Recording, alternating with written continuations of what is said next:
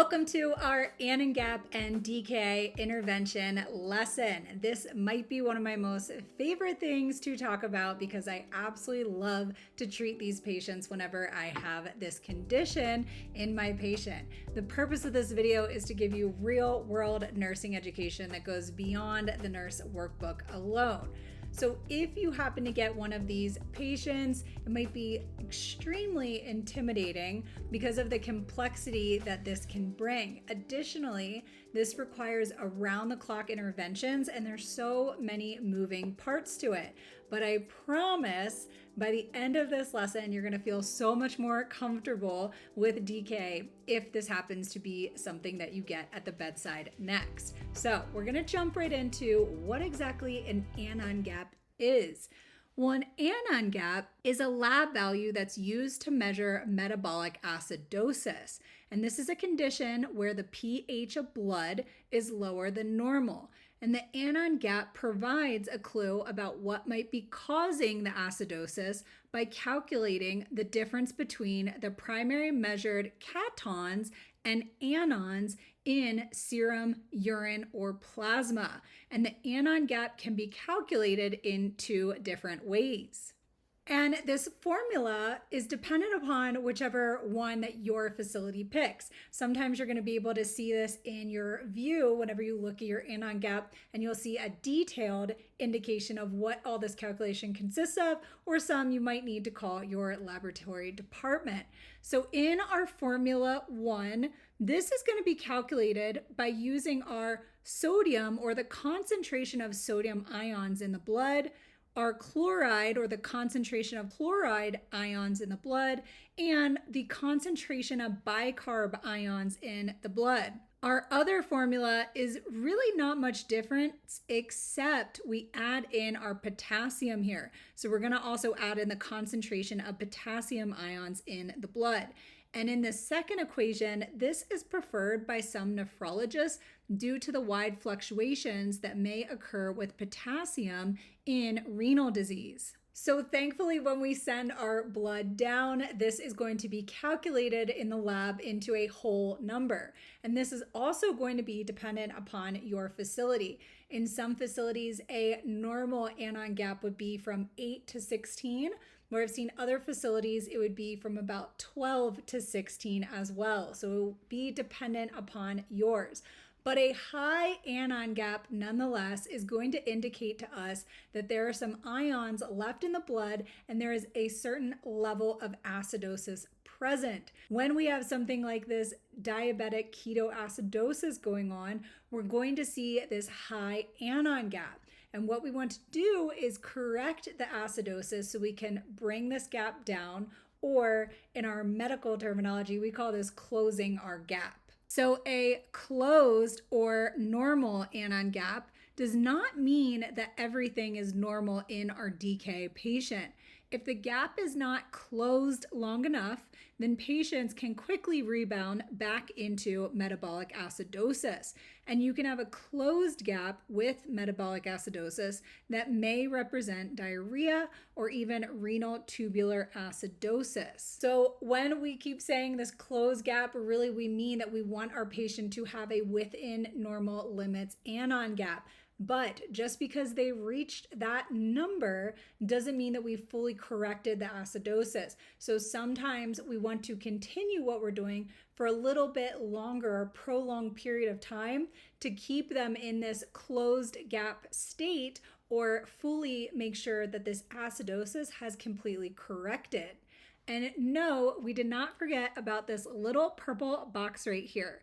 So this is another thing that's extremely important to understand when we're taking care of our DKA patients. So one of the most important elements for managing DKA is this sentence right here, that for every 0.1 drop in our pH requires an increase of potassium by 0.6. So the reason we want to monitor this every 2 hours is because when our patients are put on an insulin drip or they're given insulin, insulin is not just pulling glucose into the cell, but it's pulling in water and potassium. So just because we take our initial electrolytes and we think that we have a potassium of 3.8, but we're giving insulin, we're actually probably lower than we think we are as time is going on with this insulin drip present. If our pH is 0.28 and we're now at a pH of 0.3, this means that our potassium essentially is lower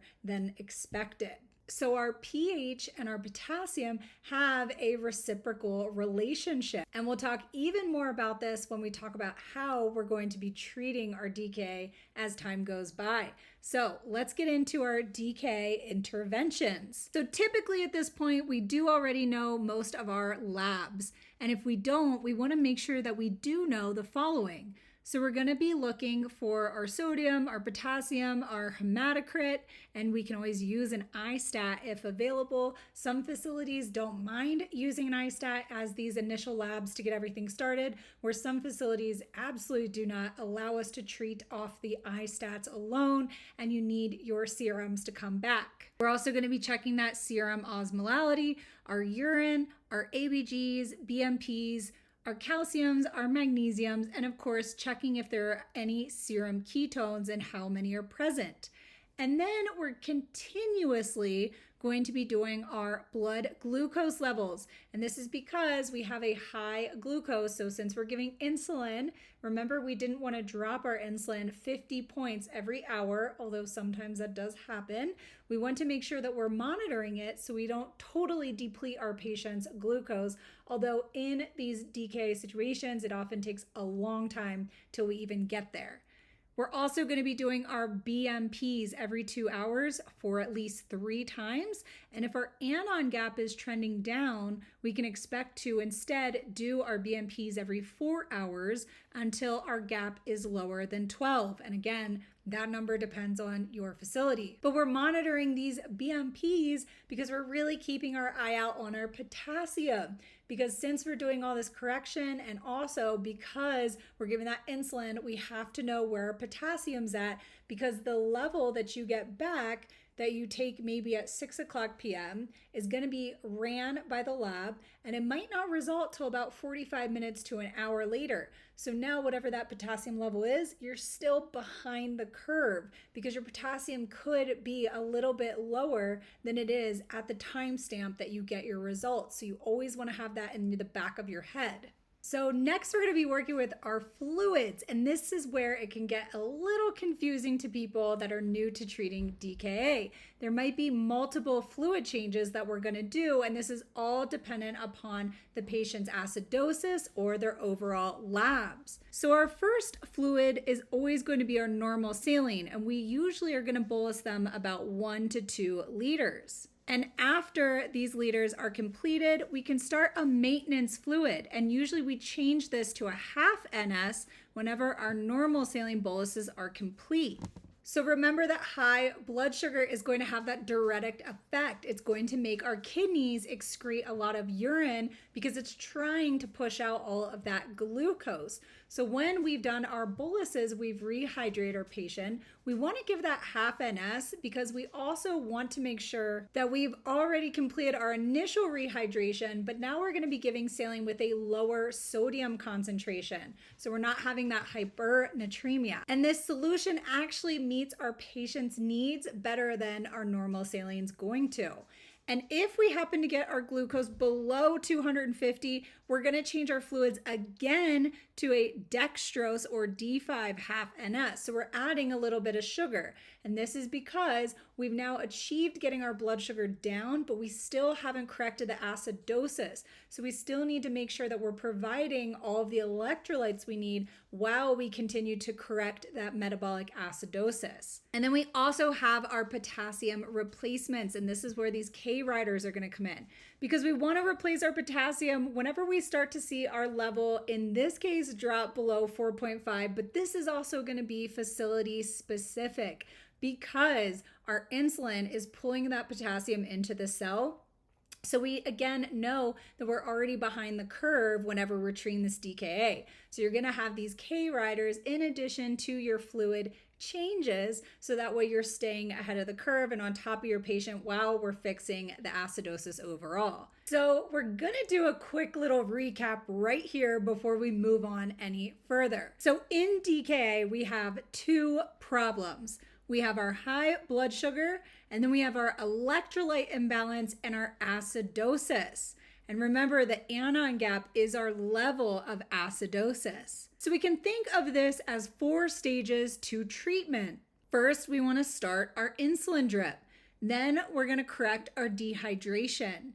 Then we're going to stabilize our potassium. We're going to then close the gap.